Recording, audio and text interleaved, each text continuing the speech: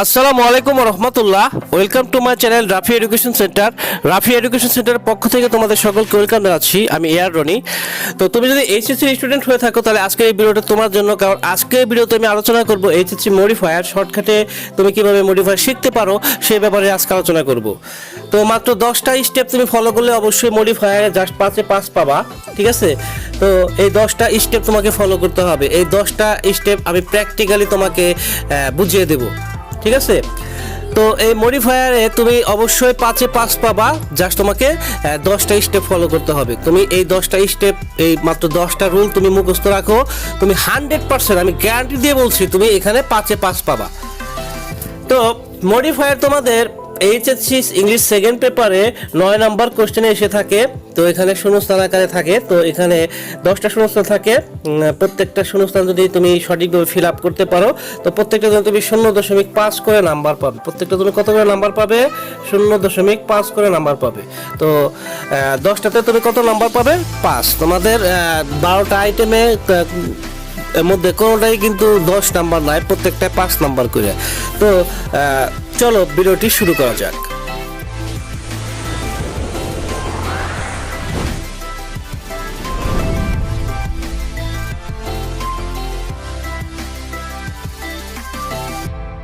তো মডিফায়ার কাকে বলে, কত প্রকার ও কি কি, এইসব বিষয় আমি যাচ্ছি না, এইসব তোমাদের হয়তো জানাই আছে। মডিফায়ার 2 প্রকারের তোমরা জানোই। আমি জাস্ট ডাইরেক্টলি চলে যাচ্ছি রুলে, ঠিক আছে? 10টা স্টেপে তোমাদেরকে আমি মডিফায়ার শিখিয়ে দেবো, ঠিক আছে? তো 1 নাম্বার স্টেপ সেটা হচ্ছে pre modify the noun. Pre modify the noun কথাটি থাকলে তুমি এখানে অ্যাডজেক্টিভ ইউজ করবা। প্রি মডিফাই দি নাউন থাকলে তুমি কি ইউজ করবা? অ্যাডজেক্টিভ ইউজ করবা। প্রি মডিফাই দি নাউন কথাটা থাকলে তোমাকে অ্যাডজেক্টিভ ইউজ করতে হবে। তো আসলে এখন অ্যাডজেক্টিভটা কি? অ্যাডজেক্টিভ হচ্ছে নাউন বা প্রোনাউনের দোষ, গুণ, অবস্থা, সংখ্যা, পরিমাণ। এটা হচ্ছে বইয়ের সংজ্ঞা। এছাড়া তুমি কেমন দ্বারা প্রশ্ন করলে কাঙ্ক্ষিত অ্যাডজেক্টিভটা পেয়ে যেতে পারো, কেমন দ্বারা প্রশ্ন করে, ঠিক আছে? যেমন great, popular, famous, brilliant, poor, rich, useful, harmful, big, small, এগুলো হচ্ছে সবই কি অ্যাডজেক্টিভ। তো এখানে কেমন দ্বারা প্রশ্ন করে আমরা অ্যাডজেক্টিভটা পেতে পারি। যেমন লোকটি গরিব, লোকটি কেমন? গরিব। আবার যদি বলি বাংলাদেশ একটা ছোট দেশ, বাংলাদেশ কেমন দেশ? ছোট দেশ। স্মল, বাংলাদেশ একটা স্মল দেশ, তাই না? তো এই স্মলটা হচ্ছে কি অ্যাডজেক্টিভ। তো এইভাবে কেমন দ্বারা প্রশ্ন করতে হবে, কেমন দ্বারা প্রশ্ন করলে তুমি অ্যাডজেক্টিভটা পাওয়া যাবা। তো এখানে এক্সাম্পল স্বরূপ আমি বলবো Kazi Nazrul Islam is dash pre modify the noun poet of Bangladesh. Kazi Nazrul Islam কেমন কবি? কাজী ইসলাম একজন মহান কবি, এটাও অ্যান্সার হতে পারে, একজন মহান কবি। আবার যদি বলি কাজী ইসলাম একজন বিদ্রোহী কবি, এটাও হতে পারে। তাহলে দুইটাই কিন্তু অ্যান্সার রাইট, ঠিক আছে? এখানে গ্রেট একজন লিখবে, তারও অ্যান্সারটা যেমন সঠিক। হ্যাঁ, এখানে যদি রেবেল একজন লেখে তার অ্যান্সারটা সঠিক। তো সাবরা এখানে তোমাকে দিয়ে দিবে pre modify the noun. Pre modify the noun কথাটা থাকলে তুমি অ্যাডজেক্টিভ ইউজ করবা, ঠিক আছে? অর্থের সাথে সঙ্গতিপূর্ণ এরকম অ্যাডজেক্টিভ ইউজ করা। আর অ্যাডজেক্টিভ ইউজ করবা বলে এখানে যা খুশি তাই বসাই দিলে কিন্তু হবে না, ওই অর্থের সাথে সঙ্গতিপূর্ণ হতে হবে, ঠিক আছে? এরপরে 2 নাম্বার স্টেপে যাই, সেটা হচ্ছে ইউজ ইন্টেন্সিফায়ার। ইন্টেন্সিফায়ার কথাটা থাকলে সেখানে ভেরি কথাটা লিখে দিবা। ভেরি কথাটা লিখে দিলে অ্যান্সারটা হয়ে যাবে। ইন্টেন্সিফায়ার কথাটার অর্থ হচ্ছে তীব্রতা প্রকাশক, তীব্রতা প্রকাশ করে, কোনো কিছুর তীব্রতা প্রকাশ করে ইন্টেন্সিফায়ার, ঠিক আছে? তো এখানে যেমন রয়েছে দি ক্রো ওয়াস ড্যাশ ইউজ ইন্টেন্সিফায়ার থার্স্টি। ক্রোটা কিরকম থার্স্টি ছিল? খুব খুব থার্স্টি ছিল, খুব তৃষ্ণার্ত ছিল। তো এখানে কাকটার তৃষ্ণার্তর যে তীব্রতা, সেই তীব্রতা এখানে প্রকাশ করেছে। তো এখানে ভেরি, ম্যাক্সিমাম ক্ষেত্রে ভেরি, তাছাড়া অনেক ক্ষেত্রে মাছ ও এক্সট্রিমলি এগুলো হতে পারে। এরপরে ইউজ পার্টিসিপল। পার্টিসিপল যদি লেখা থাকে তাহলে এখানে যদি থাকে প্রেজেন্ট পার্টিসিপল তাহলে তুমি ভার্বের সাথে আইএনজি করবা। যেমন ডুইং, গেটিং, প্লেইং, এটসেট্রা, ঠিক আছে? যদি থাকে পাস্ট পার্টিসিপল তাহলে ভার্ব 3 বসাই দেবা। যেমন ডান, যেমন ডান, গট, প্লেট, এটসেট্রা, ঠিক আছে?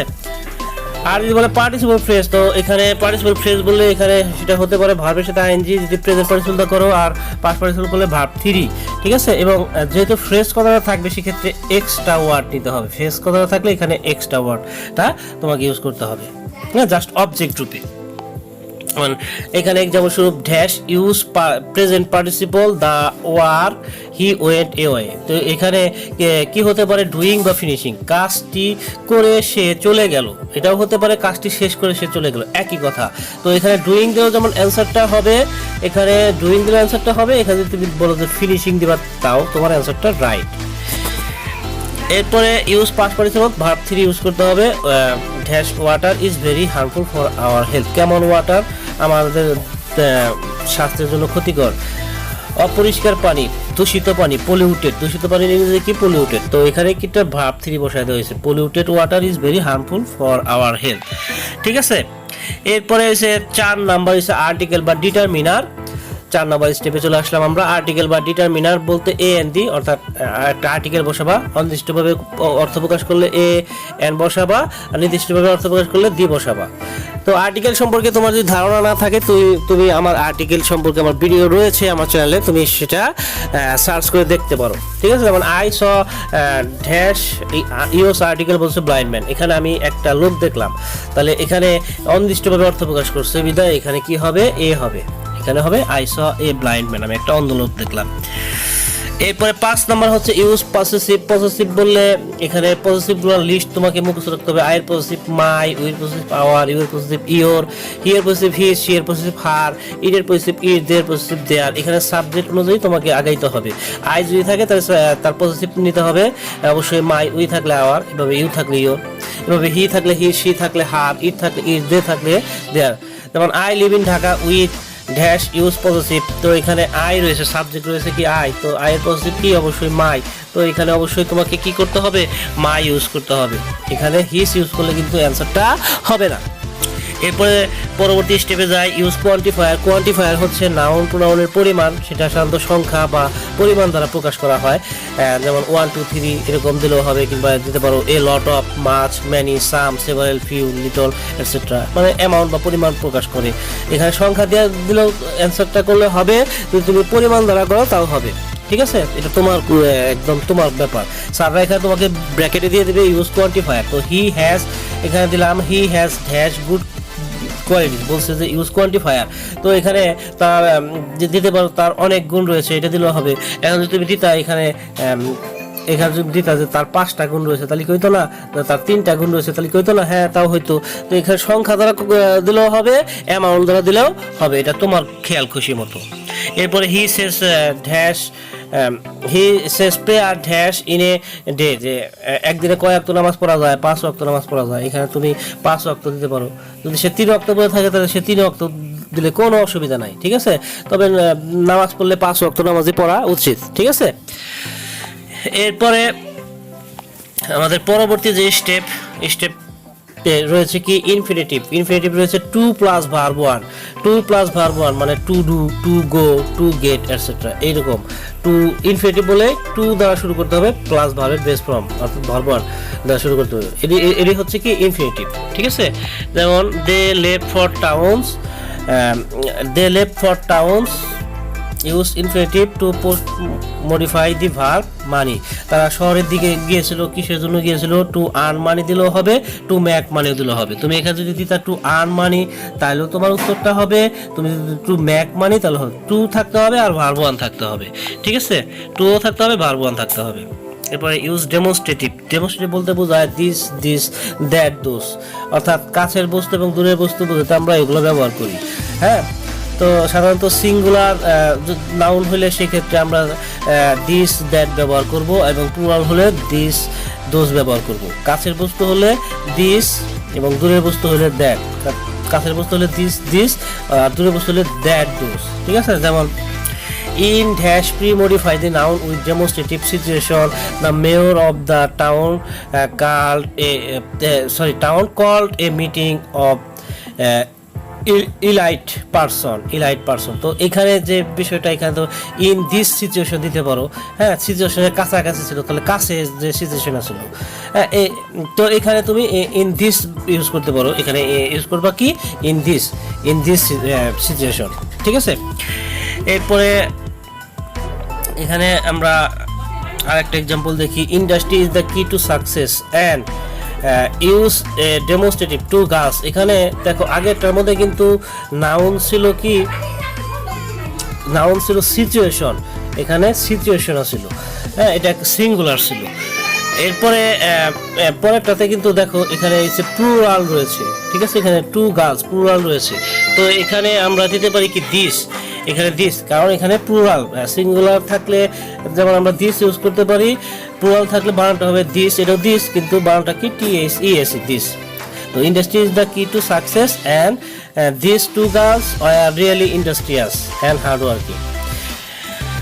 তো পরবর্তী 8 নম্বর স্টেপে যাচ্ছি। মডিফাই দি ভার্ব বললে এখানে তোমাকে অ্যাডভার্ব ইউজ করতে হবে। মডিফাই দি ভার্ব বললে অ্যাডভার্ব ইউজ করবে। অ্যাডভার্বটা কি? অ্যাডজেক্টিভের সাথে ly যোগ করলে অ্যাডভার্বটা তুমি পেয়ে যাবা, অ্যাডজেক্টিভের সাথে ly।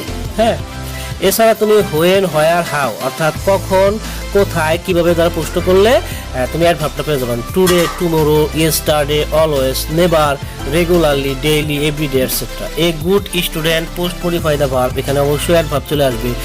A good student adhere to his studies, অর্থাৎ একজন ভালো ছাত্র তার পড়াশোনায় লেগে থাকে।